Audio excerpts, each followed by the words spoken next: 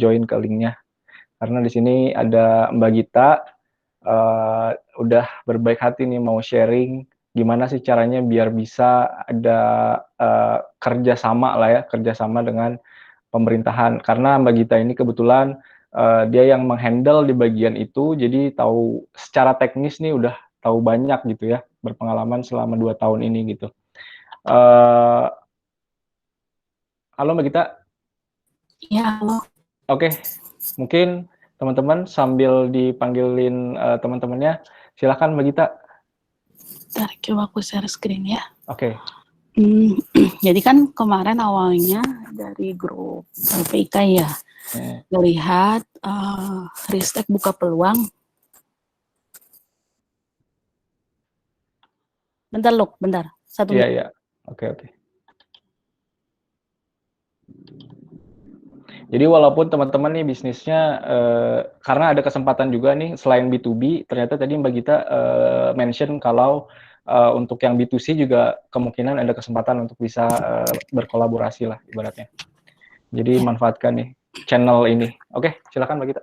Ya, jadi kan kemarin pemerintah kan ngebuka tuh, jadi pendaftaran sebagai namanya penyedia katalog kalau kita sebut di LKPP, tapi khusus untuk katalog yang produk inovasi. Nah, terlepas dari itu sebenarnya kita pun bisa menjadi penyedia di LKPP karena di situ terdapat banyak jenis katalog, ada yang katalog nasional, yang artinya bisa dijual ke seluruh Indonesia, konsumennya dari seluruh kementerian, lembaga, dan pemerintah daerah. Oh ya, kalau LKPP ini jadi khusus pengadaannya untuk pemerintah, jadi tidak untuk perorangan atau perusahaan swasta. Jadi semuanya full pemerintah. Dan juga pemerintah emang sekarang ngedorongnya lewat pembelian e-katalog karena sistemnya kayak kita beli di Tokped aja gitu ya, sederhananya, tapi nggak sesederhana itu pada intinya. Tapi at least nggak perlu tender, terus bisa prosesnya lebih cepat dan sebagainya gitu. Nah, jadi sementara sih mau share yang garis besar pengadaan dari pemerintah secara kasar, tapi sedikit aja. Lalu kita lihat kalau kalian memang tertarik di yang daftar sebagai katalog inovasi yang ikut ke timnya Ristek, itu juga tadi saya coba udah baca petunjuk penggunaannya dan coba kita rangkum. Nah, itu memang fokusnya di B2B. Nah, B2C juga ada peluang lain. Nanti saya coba share juga karena ada program pemerintah lain yang juga bisa mendukung ke arahnya ke B2C. Ntar aku coba share screen ya. Screen. Share. Share. Nah. Bentar deh. Stop share.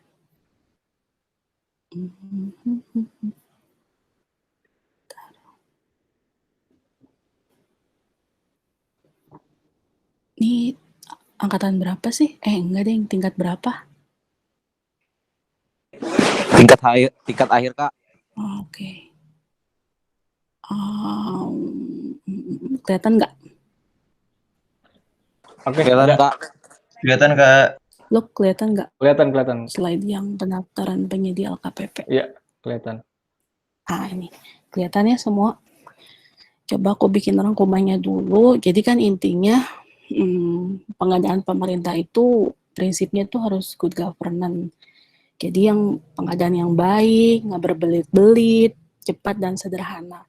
Itu ada satu peraturan presidennya tahun 2018 yang mengenai hal tersebut. Nah, kalau dari pemerintah ini, jadi garis besar untuk pengadaan barang dan jasa ini dibagi menjadi 2 utamanya.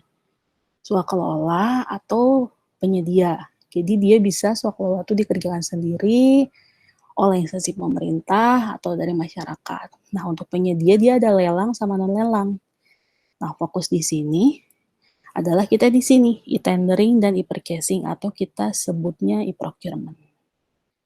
Nah, apa sih sebenarnya bedanya e-tendering sama e-purchasing ini? Nah, kalau tendering ini kayak kita ikut lelang di pemerintah, tapi bedanya kalau misalkan Lukni punya opportunity ada lelang di misalkan Kabupaten Siak nih. Oh, dia ikut lelang ke Kabupaten Siak.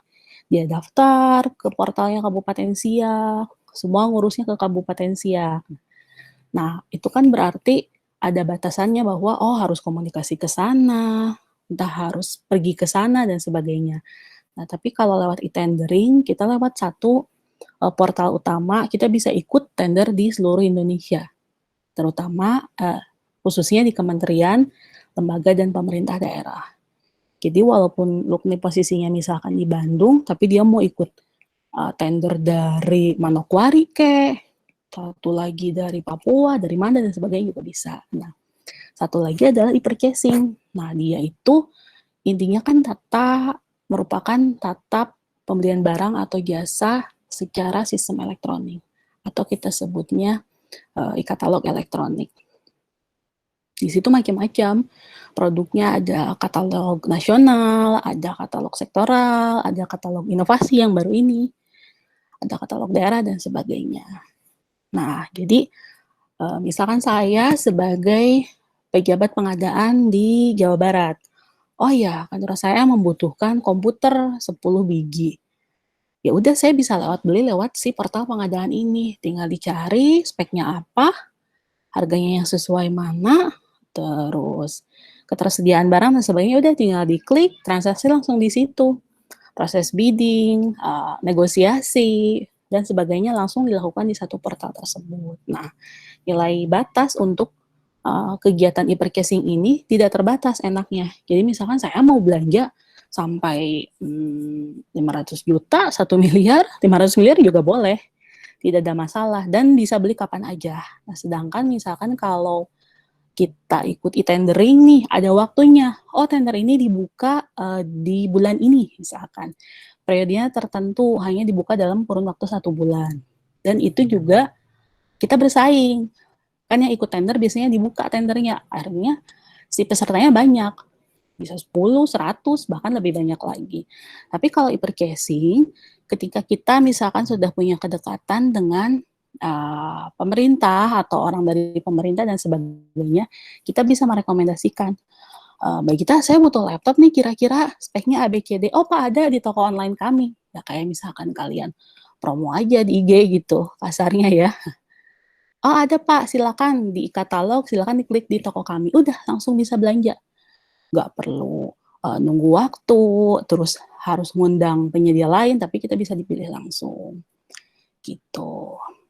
Nah, dari sini kita lihat yang baru yang Ristek luncurkan itu adalah yang namanya katalog inovasi. Nah, kalau dari katalog elektronik sendiri, dia ada nasional, lokal, sektoral, dan juga UMK. Ini di katalog.lkpp.go.id. Kalian bisa buka dari sini. Nah, untuk yang inovasi ini, saat ini kategorinya baru hanya ada 2, di alat kesehatan dan transportasi inovasi. Sedangkan yang dibuka baru ini, mereka buka untuk pangan, energi, kesehatan, dan sebagainya. Intinya sih kategori PPBT ya, kalau kalian familiar atau pernah ikut program PPBT pemerintah. Nah ini, untuk kategori baru yang bisa didaftarkannya. Nah, kalau yang sudah masuk, memang baru 3 ternyata, sehingga pemerintah tuh pengen ngebuka lebih banyak lagi.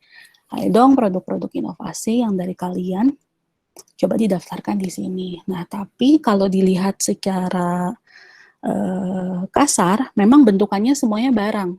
Jadi bukan jasa ya, tapi memang sebuah barang yang mengandung unsur inovasinya di situ. Nah, tapi selain itu, jika kalian lihat di sini macam-macam nih, iseng aja buka, misalkan nih masing-masing kategori ada nasional, lokal, di situ ada macam-macam barang nih. Di nasional dia ada mulai dari kategorinya online shop perangkat komputer, ada yang di alat tulis, perlengkapan kantor, terus macam-macam lah kebutuhan terkait di pemerintahan intinya. Gitu. Nah, lanjut lagi ya. Nah, dari sini kalau kita coba ikutin dari alur proses pendaftaran, kita mau ikut sebagai kategori yang untuk katalog inovasi ini. Sebenarnya tahapannya sih hampir sama ya dengan kita mau ikut sebagai yang katalog inovasi atau kita mau ikut yang katalog nasional lainnya. Intinya persyaratannya adalah kita harus memenuhi dokumen perusahaan, yang utama adalah dokumen perusahaan yang harus lengkap. Lalu selanjutnya memang ada persyaratan khusus yang tiap kategori itu berbeda.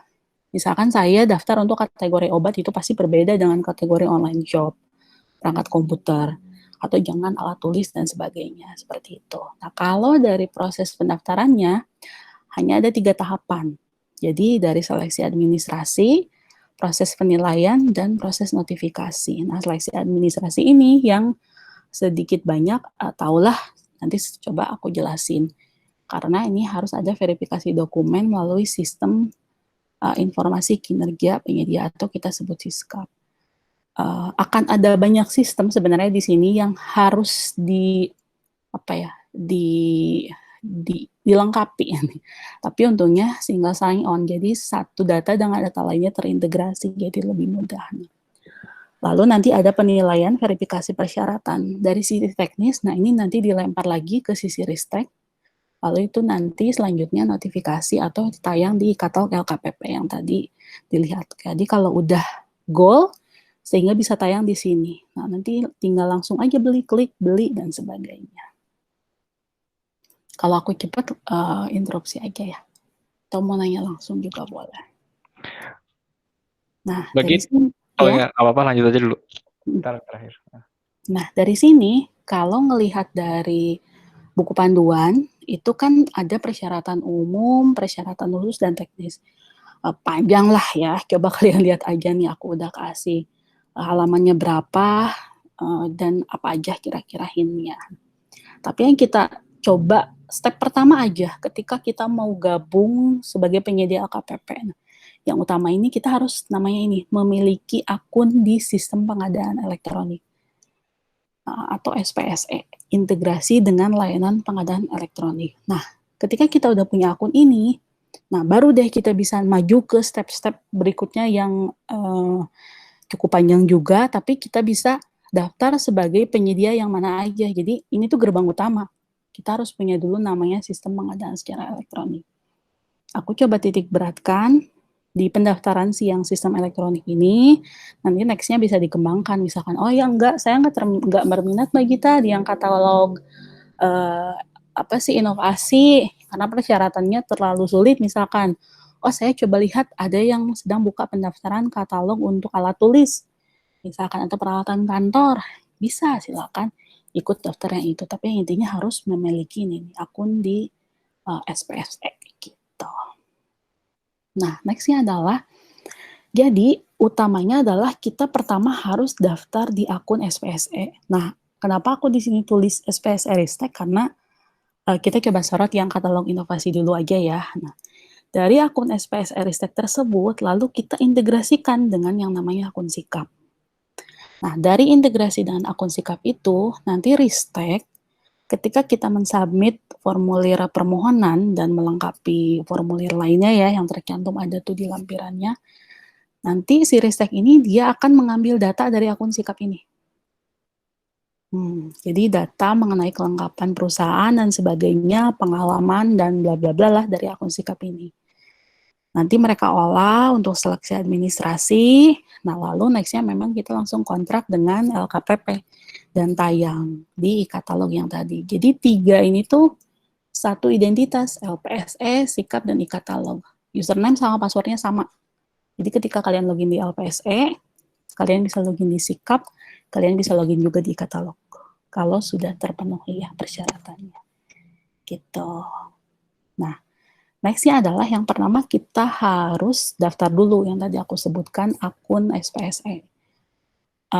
Bisa melalui website misalkan yang tadi Ristek nih, ada aku kasih linknya. Nanti kalian klik aja pendaftaran, nanti dapat email verifikasi dan sebagainya. Ada 2 nih caranya, ada online sama offline. Tapi tadi aku coba lihat di Ristek itu nggak ada keterangan apakah dia verifikasinya bisa online atau enggak. Di beberapa kantor pemerintah itu sekarang nerapinnya verifikasi datanya online. Jadi nanti kita video call nih sama verifikatornya. Terus kita nunjukin misalkan, oh ya tunjukkan akta perusahaan, kata verifikatornya. Oh ini Pak akta perusahaannya. terus nanti verifikatornya bikin checklist gitu. Tapi kalau offline kalian bawa tuh dokumen perusahaannya, kayak ini nih, KTP direksi, NPWP, TDP, NIB, surat izin usaha, dan yang lain-lain yang dipersyaratkan pokoknya lah sama ya SPSE tersebut. Jadi tahapannya, kalau kita misalkan daftar di Jabar lah, ada LPSE Jawa Barat, daftar di website LPSE Jawa Barat, nanti dia akan kirim link verifikasi dokumen, biasanya nanti kita ngisi jadwal, hari apa dan jam berapa yang kita mau lakukan video call, lalu kita video call dengan mereka, terus verifikasi dokumennya, oh ya ternyata semua dokumennya asli dan sudah di checklist, nanti baru kita dikasih username sama password yang sudah diverifikasi oleh LPSE tersebut gitu. Nah, dari sini kita lihat ketika di LPSE tersebut tampilannya memang mana-mana. Oh, nah seperti ini. Nanti dia ada ini nih, identitas, izin, akta, pemilik, pengurus, tenaga ahli, peralatan, pengalaman, pajak, dan integrasi sikap. Ini tampilan LPSE. Dan yang dibawa adalah tampilan sikap. Nah, LPSE dan sikap tampilannya sama. Kalau kalian lihat coba, ininya sama, sehingga ngisinya seperti ini. Karena ketika kita melakukan update data di LPSE, itu tidak terintegrasi dengan sikap. Tapi ketika kita ngeklik integrasinya sikap, lalu kita bisa klik integrasi sikap, lalu nanti datanya tarik ke sini. Pindah.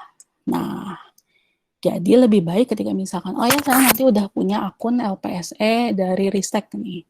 Lalu kalian langsung buka aja akun sikap, lalu isi. Karena isiannya sama kan? Nah, isiannya sama. Ini semua harus diisi, harus benar. Nah, itu yang utama, karena kalau mengisinya ada kesalahan, bisa diakibatkan kalian tidak diundang dalam proses pemilihan.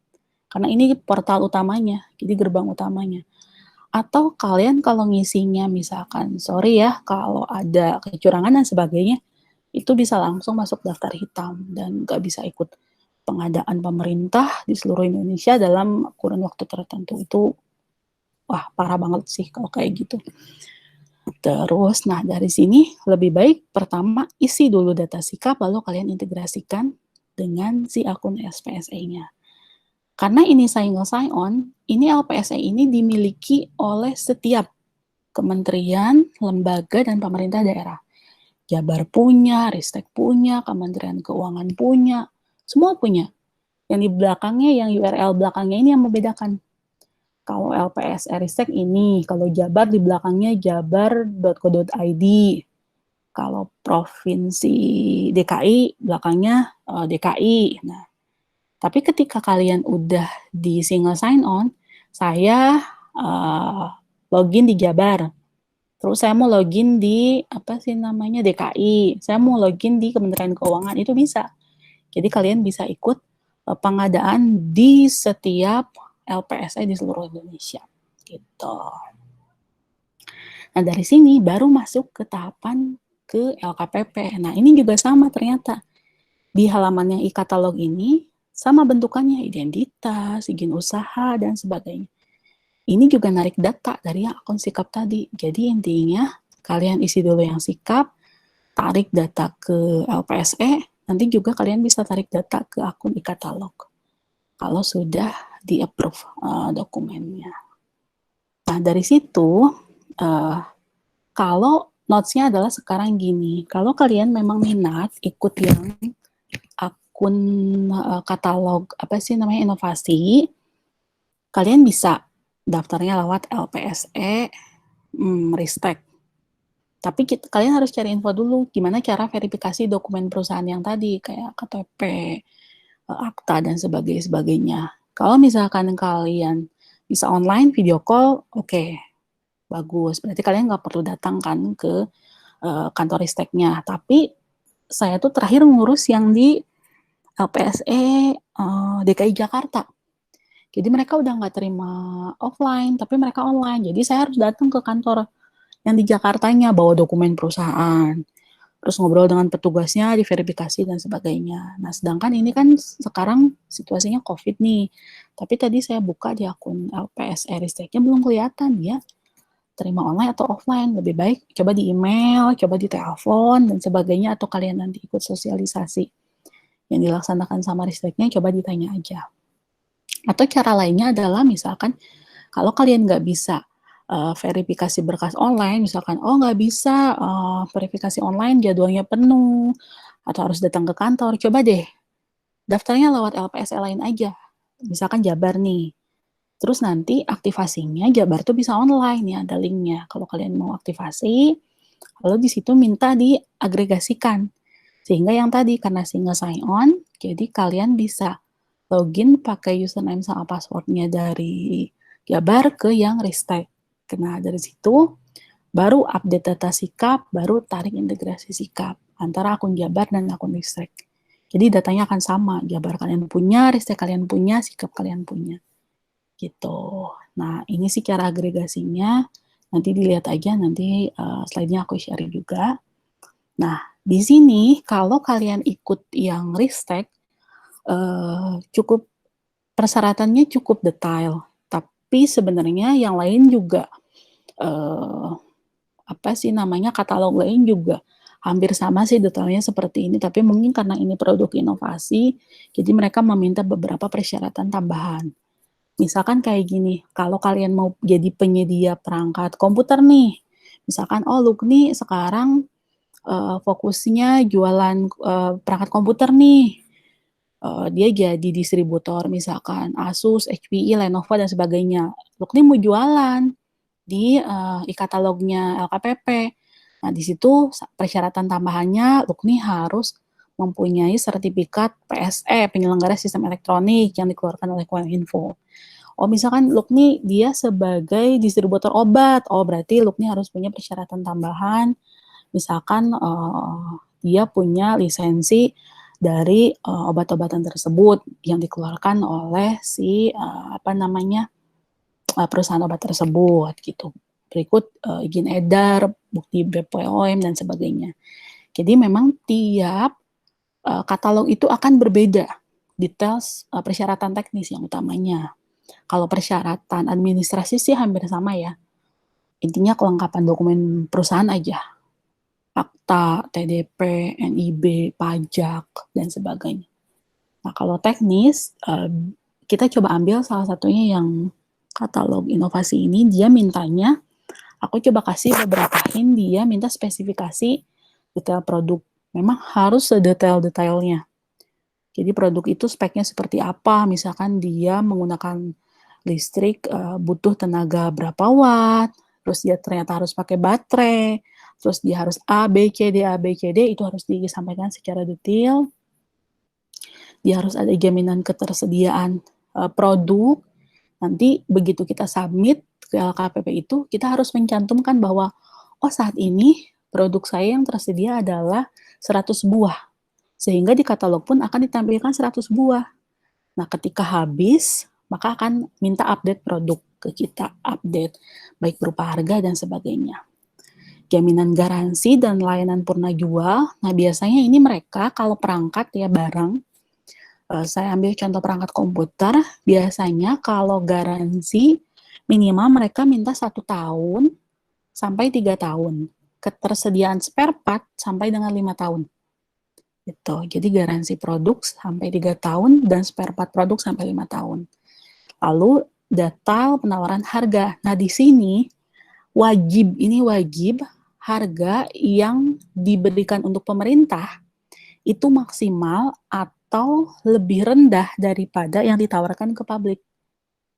Karena akan ditanya dan juga akan dicari sama LKPP itu. Harga pembandingnya. Misalkan nih, saya jualan iPhone nih. Saya jualan iPhone lewat LKPP. Saya masukin harganya itu untuk harga iPhone sekarang. Kita ambil 15 juta deh misalkan ya. Ambilnya 15 juta. Harga yang saya sampaikan di retail ternyata harga saya itu 14 juta dicek sama LKPP. Nggak bisa kita taruh di LKPP itu 14 juta, 15 juta. Dia harus 14 juta atau bahkan lebih rendah. Jadi sistemnya dia bisa ditawar, tapi ditawarnya lebih rendah. Gitu. Jadi kita nggak bisa naikin harga seenaknya. Kita bisa naikin harga tapi dalam case tertentu, misalkan oh ya ada update dan sebagainya. Nah, terus harganya pun yang dicantumkan harus udah termasuk komponen pajak, keuntungan, ongkos kirim, biaya impor, misalkan kalau barangnya dari luar dan sebagainya. Jadi harus harga total. Apalagi komponen ongkos kirim ya, kalau misalkan kalian jualnya di katalog nasional, dikirimnya ke seluruh Indonesia, itu harus sangat diperhitungkan. Ongkos kirim dari Jakarta ke Bandung, Jakarta ke Merauke beda, itu harus diperhitungkan. Jadi jangan sampai menggerus keuntungan kalian juga. Nah, itu salah satunya. Ada valuasi harga, lalu pernyataan pelaku menyetujui waktu tayang sesuai dengan jadwal yang ditetapkan. Jadi, rata-rata untuk pengajuan brand baru, misalkan kalian kan majunya sebagai perusahaan A nih. Perusahaan A di dalamnya, misalkan kalian punya berbagai brand. Kalau brand baru bisa diupdate-nya maksimal per 4 bulan. Sedangkan untuk SKU baru, jenis baru dari produk kalian atau harga baru tuh jadi plus minus 2 bulan. Jadi memang ini online. Tadi kayak saya sebutkan seperti Tokped, tapi tidak sefleksibel itu. Karena tiap kita pengajuan jenis baru atau harga baru, mereka minta analisisnya. Kenapa harga ini naik? Kenapa harus ada katalog barang ini dan sebagainya. Gitu. Lalu lainnya adalah yang pernyataan kesanggupan mekanisme limit pembayaran pemerintah dan bukti-bukti lainnya, termasuk minta rekam jejak kontrak, misalkan oh ya saya udah pengalaman nih di bidang penjualan komputer, oh ya mana rekam jejaknya, misalkan mana kontrak pembeliannya gitu, atau oh saya jualannya online mbak, oh ya mana screenshotnya dari penjualan online tersebut gitu. Terus misalkan kalian harus ada sertifikasi atau standarisasi lain, izin produksi, izin edar, sebagainya, lalu dokumen merek, paten atau apa dan sebagainya. Nah itu nanti ini nggak kelihatan jelas ya, karena di sistem e-katalog tuh rinci banget. Kalian harus masukinnya dari nama produk, manufakturnya di mana, berlakunya kapan, dan bla bla bla bla. Detailnya sangat detail. Karena pembeliannya secara langsung, yang tadi saya sebutkan, tidak lelang atau tidak bidding, maka dokumen yang disyaratkannya pun berat di awal, jadi lebih detail di awal. Nah, seperti itu. Itu gambaran singkatnya jika kalian memang mau masuk ke dalam e-katalog, e-katalog yang untuk, nah ini, katalog elektronik ini, kelihatan nggak sih ya? Nah ini, tadi aku sebutkan ini katalog nasional, ada katalog lokal, ada sektoral, dan juga ada UKM. Nah, kalau nasional ini kalian bisa dibeli oleh seluruh Indonesia. Jadi, kalau lokal biasanya di wilayah tertentu. Kayak gini, oh ternyata sedang dibuka nih aspal untuk Kota Bandung. Oh iya, dia minta ada aspal juga untuk Sidoarjo. Jadi ini per daerah pengajuannya. Atau sektoral, atau UMKM, dan ini yang inovasi. Nah, memang yang dijual di sini rata-rata, bukan rata-rata ya, semuanya memang produk B2B sih.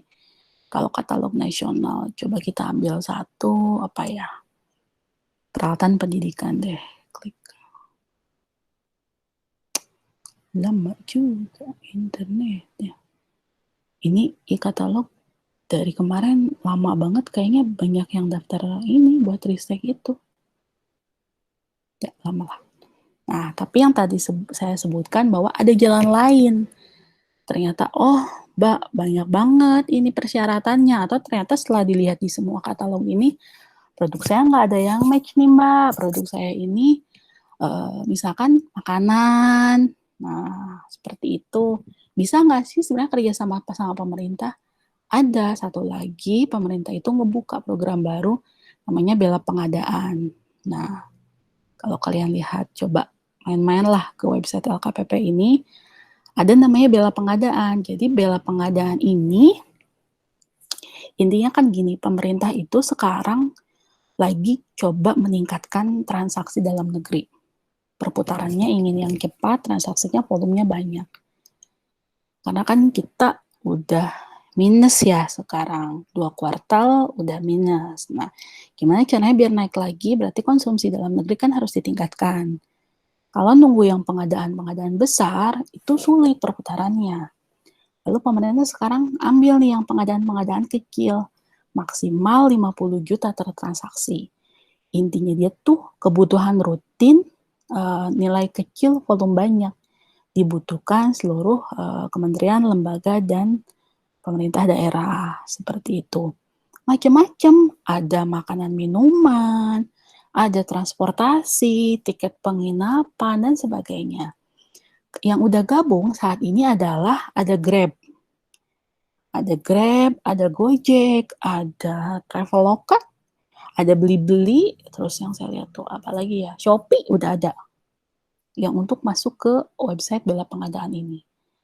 Jadi kalian bisa daftar as a marketplace-nya, atau paling enggak kalian misalkan daftar di Shopee-nya, kalian jualan di Shopee nih, tapi yang khusus untuk bela pengadaan. Sehingga apa sih namanya, secara tidak langsung kalian juga ikut pengadaan yang dari pemerintah, tapi lewat Shopee. Tapi alangkah baiknya juga kalian bisa ikut daftar juga sebagai penyedianya yang sama seperti trade-nya seperti Shopee atau Gojek dan sebagainya gitu. Jadi memang ada alur pendaftaran dan sebagainya, dokumennya juga sama, harus ada izin usaha, NPWP, laporan pajak. Iya. Ya, dia hilang mana tadi? Oh ini. Ini terus ini tuh. Nanti dia lewatnya akan lewat portal pengadaan yang ini. Nah, dia akan bisa masuk ke sini. Dia nanti misalkan saya nih dari apa sih namanya, Jabar nih. Oh ya, saya butuh snack rapat untuk 100 box nih. Ya udah bisa belinya lewat LKPP juga gitu. Atau misalkan saya butuh tiket pesawat nih. Kan kalau sekarang kalau perjalanan dinas beli tiket pesawat atau sebagainya ya either dari travel agent, rata-rata kantor pemerintah masih pakai travel agent. Karena kan bayarnya belakangan dan sebagainya kan. Jarang yang beli pakai Traveloka dan sebagainya. Tapi kalau lewat sini, nah didorong tuh, ya udah belinya lewat bela pengadaan aja, jangan beli lewat travel agent gitu.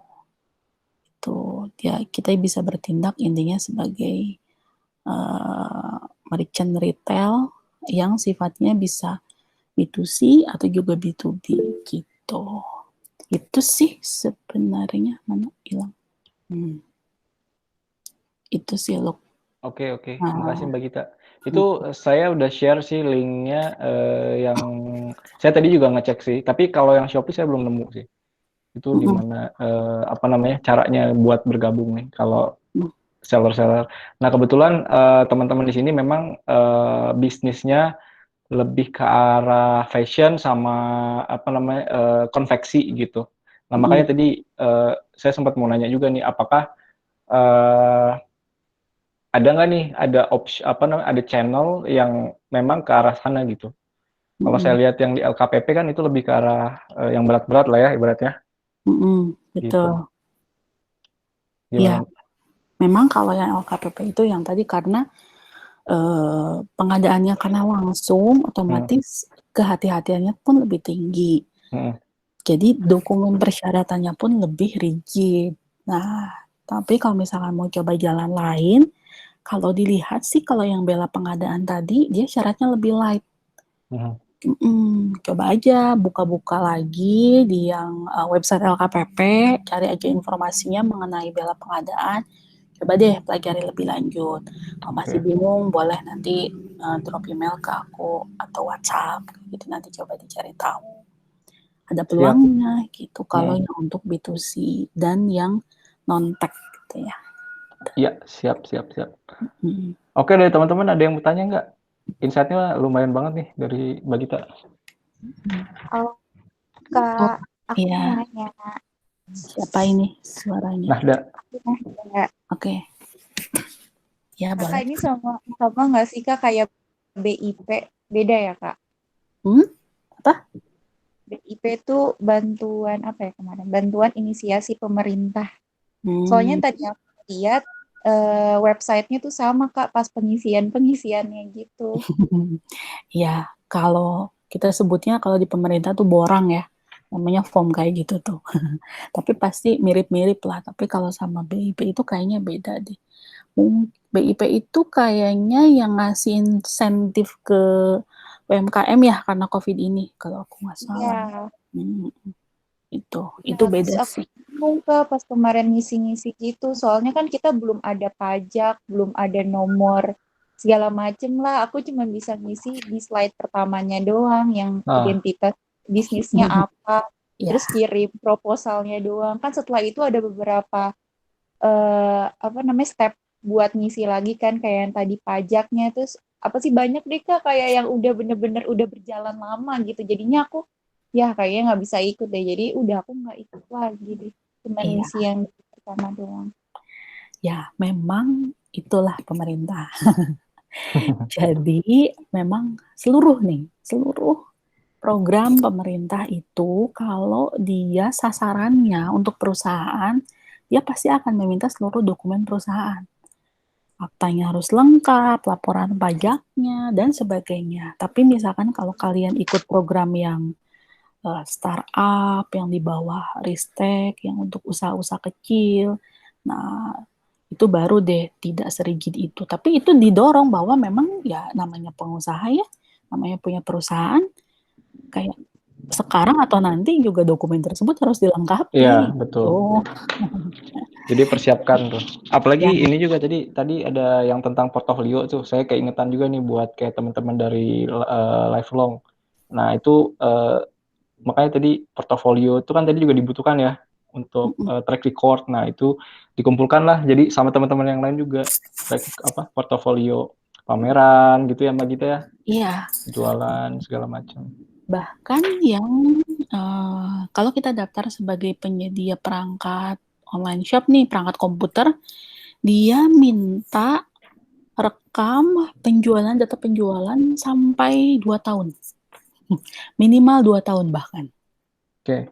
Jadi benar-benar dicek apakah sesuai atau tidak. Dan datanya tuh lengkap.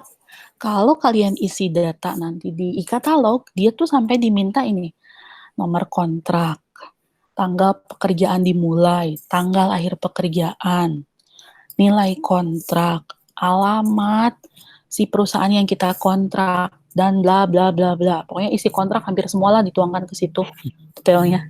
Jadi benar-benar yang namanya pengarsipan ya, walaupun males banget yang kayak gitu.